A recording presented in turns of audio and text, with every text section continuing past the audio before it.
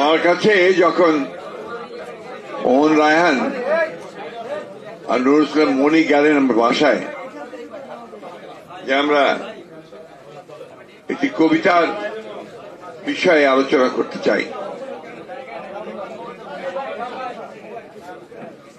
আমি লোভ সামলাতে পারিনি। এই জন্যে যেখানে আসলে অন্তত আমাদের এই রাজনীতির ডামাডোলের মধ্যে একটা ব্যতিক্রমী একটা অনুষ্ঠানে আমি যেতে পারবো। আমার শৈশবে, কৈশোরে, যৌবনেও কবিতা পড়ার একটা সাধারণ অভ্যাস ছিল, বোধহয় সকলেরই থাকে। সেই আগ্রহে আমি আসতে রাজি হয়েছিলাম। এখানে এসে আমি নিজে খুব একটু জটিল অবস্থায় পড়েছি। জটিল অবস্থায় পড়েছি মানে এখানে অনেক তাত্ত্বিক আলোচনা হচ্ছে, অনেক গভীরের আলোচনা হচ্ছে, যার সঙ্গে আমি খুব বেশি পরিচিত নই। আমি একেবারেই রাজনীতির মাঠের একজন কর্মী। সলিমউদ্দিন, কলিমউদ্দিন সহ এই সমস্ত মানুষগুলোকে নিয়ে নাড়াচাড়া করি। আমাদের এখানে অনেকে আছেন তারাও তাই করেন, কিন্তু আবার অনেকে অনেক বড় তাত্ত্বিক, অনেক সুন্দর চমৎকার ভাবে তার জ্ঞান তাদের নিয়ে আসেন। আমি খুব মোটা দাগে যেটা বুঝি যে আমাদের কবি লেখকেরা নিঃসন্দেহে আমাদের জাতির গঠনে বলুন, পুনর্গঠনেই বলুন, তারা একটা বড় ভূমিকা রাখেন। এটা আমরা দেখেছি, সেই আমাদের ছাত্র সময় থেকে দেখেছি। আপনার মুক্তিযুদ্ধের পূর্বে দেখেছি, মুক্তিযুদ্ধের সময় দেখেছি, পরবর্তীকালেও দেখেছি। কিন্তু এখানে আপনার আলোচনা করেছে দুর্ভাগ্যক্রমে এইবার এই ফ্যাসিস্ট হাসিনা সরকারের সময়ে আমরা এই বিষয়টা ঠিক সেইভাবে দেখতে পাইনি। হ্যাঁ, হয়তোবা এখানে আপনার অনেক ভয় ছিল, আতঙ্ক ছিল, এবং যেটা ফ্যাসিবাদের প্রধান অস্ত্র, একটা ভয় রাজ্য সৃষ্টি করা, সেই রাজ্যটা তারা সৃষ্টি করেছিলেন। ফলে অনেক অনেক অত্যন্ত জনপ্রিয়, অনেক যোগ্য মানুষেরাও কিন্তু তখন সেই কথাগুলো লিখতে পারেননি, বলতে পারেননি। আমি ধন্যবাদ জানাই আমাদের ছাত্র জনতাকে, বিশেষ করে ছাত্রদেরকে, যে তারা এই সুযোগটা সৃষ্টি করার ব্যাপারে দীর্ঘদিনের যে আন্দোলন সংগ্রাম তাকে সঙ্গে নিয়ে তারা এটাকে সম্ভব করেছে। সেই সঙ্গে আমি শ্রদ্ধা জানাতে চাই সেই সমস্ত শহীদদের, যারা আমাদের এই অবস্থায় নিয়ে এসেছেন। বিষয়টা বেশ জটিল। জটিল এই জন্য যে আমরা তো একটা মুক্তির স্বাদ পেয়েছি। জটিল এই জন্যে যে আমরা মুক্তিকে আমরা কাজে লাগানো, যে আলোচনাগুলো এখানে হয়েছে, যে একটা গণতান্ত্রিক সংস্কৃতি গড়ে তোলে, একটা সত্যিকার অর্থেই একটা গণতান্ত্রিক সংস্কার করে একটা গণতান্ত্রিক বাংলাদেশ নির্মাণ করা, এটা নিঃসন্দেহে একটা জটিল কাজ আমাদের দেশের প্রেক্ষিতে। সেই কাজটাই আমাদের করতে হবে, এবং এই কাজটা করার পেছনে আমাদের সবচেয়ে বেশি যেটা প্রয়োজন, যারা আমরা মনে করেছি যে এই ফ্যাসিবাদের পতন হওয়া দরকার, ফ্যাসিবাদকে সরিয়ে সত্যিকার অর্থেই জনমানুষের জন্য উপযোগী একটি রাষ্ট্র নির্মাণ করা দরকার, সমাজ নির্মাণ করা দরকার, তাদেরকে ঐক্যবদ্ধ হয়ে কাজ করতে হবে। আজকে খুব কষ্ট হয়, দুঃখ হয়। আমি এখানে আসার আগে আমার বাসায় সঞ্জিদা এসেছিল। সঞ্জিদাকে আপনারা অনেকে চেনেন, মায়ের ডাকের সঞ্জিদা। সে তার ভাইকে নিয়ে এসেছিল, সে থাকে আপনার কানাডাতে। সে এসে বলছে, স্যার আজকে মন খুব খারাপ। কেন? গত কয়েকদিন ধরে যা দেখছি তাতে করে স্যার আমার মন খারাপ হয়ে যাচ্ছে।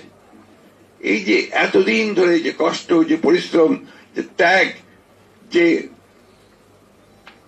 আত্মজনের চলে যাওয়া, প্রিয় মানুষগুলোর চলে যাওয়া, সবকিছুকে ছাড়িয়ে কেমন যেন একটা ভয়াবহ একটা অবস্থা তৈরি হচ্ছে। আমার মনে হয় এটা অত্যন্ত আপনার পরিকল্পিতভাবেই এই অবস্থাটা সৃষ্টি করা হচ্ছে এবং সেটা করছে যে পতিত ফ্যাসিবাদ তারাই আজকে এই অবস্থাটা তৈরি করছে। তা আমরা যারা আছি, যারা পক্ষে ছিলাম, যারা লড়াই করেছি, সংগ্রাম করেছি, আমরা কেন এখানে বিভাজন সৃষ্টি করছি? আজকে বিভিন্ন জায়গায় বিভিন্ন কথা শুনলে রীতিমতো ভয় হয় যে আজকে আমরা এই সব এখনই এটাকে আমরা পুরো আন্দোলনকে একটা ভিন্ন দিকে নেওয়ার চেষ্টা করছি। আমি খুব আমার কাছে যেটা মনে হয় আমি সেটাই বলছি খুব স্পষ্ট। আমাদের তো লক্ষ্য এখন একটাই হওয়া উচিত, সে লক্ষ্যটা হচ্ছে আমরা একটা সত্যিকার অর্থে গণতান্ত্রিক রাষ্ট্র নির্মাণের জন্য যে সংস্কারগুলো প্রয়োজন সেই সংস্কারগুলো ন্যূনতম করে আমরা একটা সেই ধরনের একটা রাষ্ট্র গঠন করার জন্য একটা নির্বাচন করে একটা পার্লামেন্টে যাই। অনেকেই বলছেন যে নির্বাচনই তো আপনার গণতন্ত্র নয়, অবশ্যই নয়, কিন্তু তার জন্য তো আপনাকে একটা প্রক্রিয়া লাগবে। সেই প্রক্রিয়ার মধ্যে যদি আমরা না যাই তাতে আমরা সেই জায়গায় পৌঁছতে পারবো না। আমরা এই জন্যই আমি খুব মোটা দাগে যেটা বুঝি সেই কথাটা বলছি যে আমাদের মনে হয় যে আমাদের সকলেরই এখন যেটা উচিত যে অনৈক্য সৃষ্টি না করে ঐক্যের মধ্য থেকে আমরা যে সুযোগটা সামনে পেয়েছি সেই সুযোগটাকে কাজে লাগিয়ে অন্তত আমরা কিছুটা হলেও সামনে এগিয়ে যাই। আজকে খুব দুর্ভাগ্য যে 53 বছর হয়ে গেছে আমরা এখন পর্যন্ত একটা পিসফুল ট্রান্সফার অফ পাওয়ার এটাই আমরা করতে পারিনি। আমরা সবসময় যুদ্ধ করছি, লড়াই করছি, নিজেদেরকে ভাই ভাই রক্ত ঝরাচ্ছি, কিন্তু আমরা ওই পথে যাওয়ার জন্য কেউ সেভাবে চেষ্টা করছি না। ফ্যাসিবাদ পরাজিত হয়েছে, ফ্যাসিবাদ যে কোনো সময় আবার ফিরে আসতে পারে, কারণ আমরা সেই রাস্তা যেন তৈরি করে না দিই। আজকে আমরা দুর্ভাগ্যজনক ভাবে এমন কতগুলো কাজ করছি যে কাজগুলোর মধ্য দিয়ে কিন্তু ফ্যাসিবাদের ফিরে আসার সম্ভাবনা অনেক বেড়ে গেছে।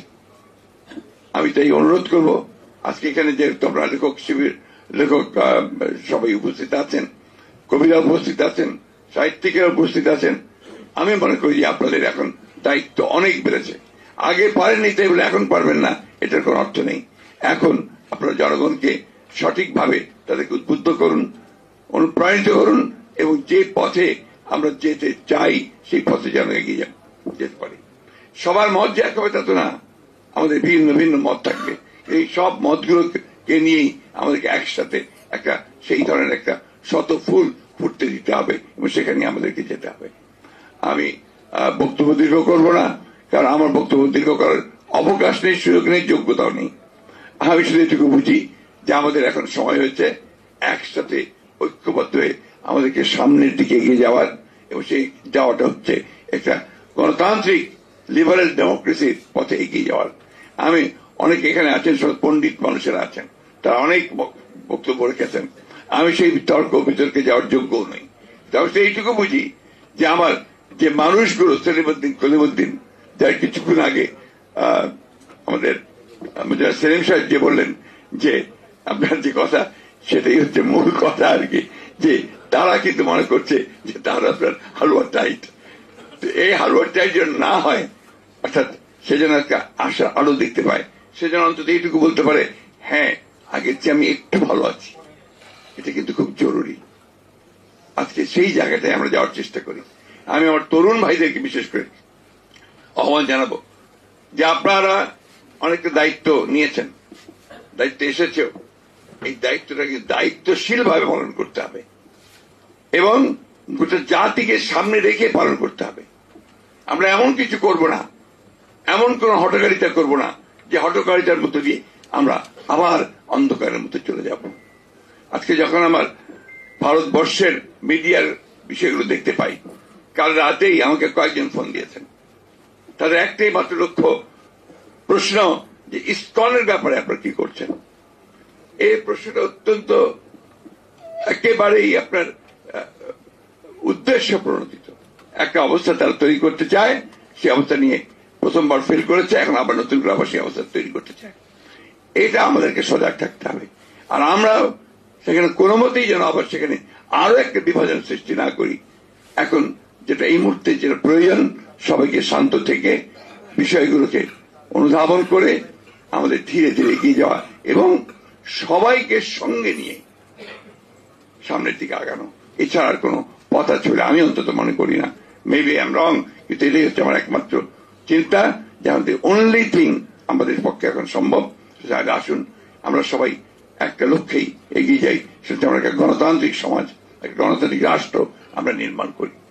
আপনাদের আজকে আমাকে এখানে আমন্ত্রণ জানিয়ে আপনাদের সামনে দুটো কথা বলার সুযোগ দেওয়ার জন্য আমি অত্যন্ত গর্বিত বোধ করছি।